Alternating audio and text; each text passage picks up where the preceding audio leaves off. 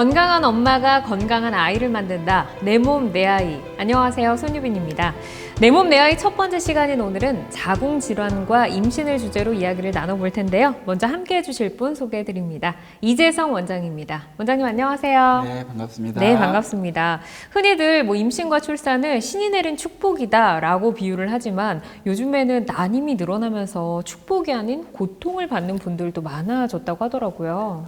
네. 우리가 점점 시대가 지나면 지날수록 결혼 연령이 늦어지는데 이 임신과 출산이라는 거는 제일 좋은 연령은 10대 후반에서 20대가 임신율이라든지 이런 게 네. 가장 높아요. 그리고 30대, 40대, 50대로 가면서 점점 자연 임신율이 많이 떨어지게 돼요.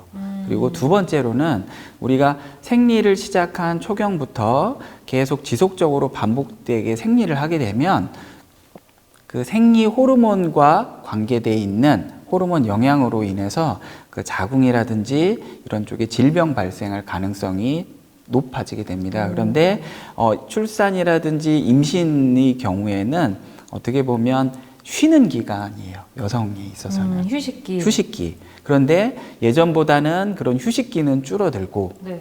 그리고 출산 시기는 늦어지고 그리고 질병이 생기는 시간은 당겨지면서 어떤 내가 임신이나 출산을 해야 될 시기가 늦춰졌는데 근종이 생기는 시기와 겹쳐버리는 상황이 돼버리는 거죠. 그러면은 지금 환경의 요인도 있고 여성의 임신과 출산이 늦어지기도 하고 남성들의 또 성기능이 좀 약해지기도 하고 이렇게 전체적으로 좀 많은 원인들이 있는 것 같은데 10명 중에 3명 이상이 걸리는 그런 질환이 또 있다고.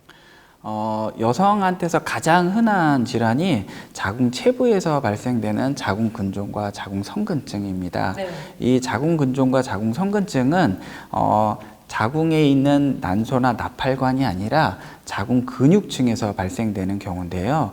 35세 이상의 여성 중에는 약 50% 정도에서 증상이 있을 수도 있고 증상이 없는 분들도 있겠지만 약 반 정도에서는 자궁근종이 조금이라도 가지고 있는 분들이 굉장히 많습니다. 그러면 이제 구체적으로 혹시 어떤 증상들이 조금 나타났을 때 나 자궁근종인가? 이렇게 의심을 해봐야 되는 필요가 있을까요? 자궁근종은 가장 흔한 게 무증상입니다. 무증상 가장 예. 흔한 게. 그래서 보통 일반적으로 자궁근종이 있어도 네. 대부분의 많은 여성들에 있어서는 증상이 없이 그냥 자궁근종이 조금씩 진행이 되는 경우가 제일 흔하고요.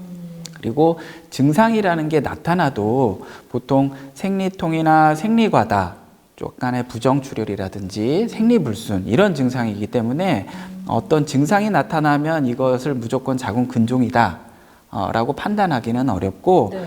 주기적인 초음파 검사라든지 진찰을 하는 거는 굉장히 중요합니다.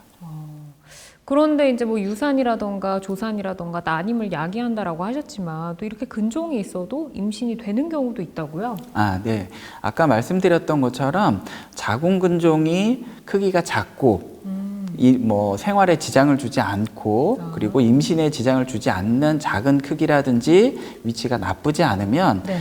임신도 하는데 큰 지장을 주지도 않고 출산에도 큰 지장을 주지는 않습니다. 자궁근종이 35세 이상일 경우에 50%가 가지고 있을 것 같다라고 하셨는데 이 중에서도 좀 특히 조심해야 하는 대상들이 있을까요?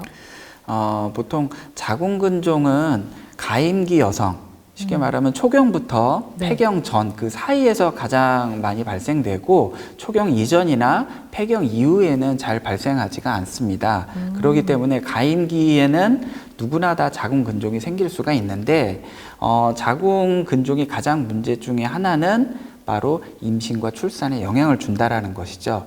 그러니까 가임기 여성 중에 내가 앞으로 어떤 임신과 출산을 계획하고 있다. 그러면 분명히 이 근종이 임신과 출산에 영향을 주지 않도록 미리 건강검진을 잘 받으시고 그리고 제일 좋은 건 아기를 빨리 낳는 거예요. 결혼을 조금 빨리 하시고 아기를 빨리 낳고 출산을 하시는 게 어떻게 보면은 자궁근종으로 인한 임신이라든지 출산에 덜 영향을 받을 수 있는 가장 좋은 방법이죠. 그러면 이제 자궁근종이 발생을 하면 치료를 어떻게 해야 되나요? 종양을 떼내야 되거나 뭐 이런 게 있나요?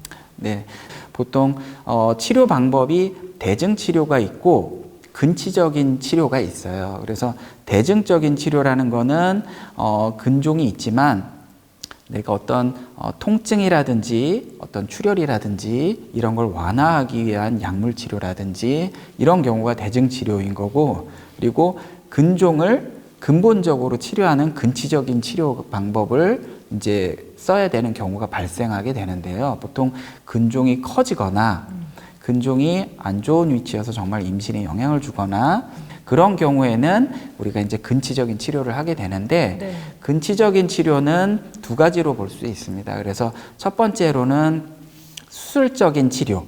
그래서 수술적인 치료는 우리가 혹만 떼낼 수도 있고, 네. 그 다음에 아기를 다 낳으신 분들, 그리고 근종이 너무 크거나 아니면 근종의 개수가 너무 많아서 혹만 제거하기 어려운 경우에는 자궁을 적출하는 최후의 방법도 있고요. 네. 그리고 비수술적인 방법으로는 우리가 자궁 동맥으로 가는 혈관을 막는 자궁 동맥 색전술이라든지 바늘로 그 혹을 찔러서 전류를 통과시켜서 태워주는 고주파도 있고, 그리고 몸에 기구를 넣지 않고 네. 외부에서 초음파를 방출시켜서 그 자궁 근종을 태워주는 하이프 치료 방법 등 이런 비침습적인 치료 방법도 다양하게 있습니다. 네.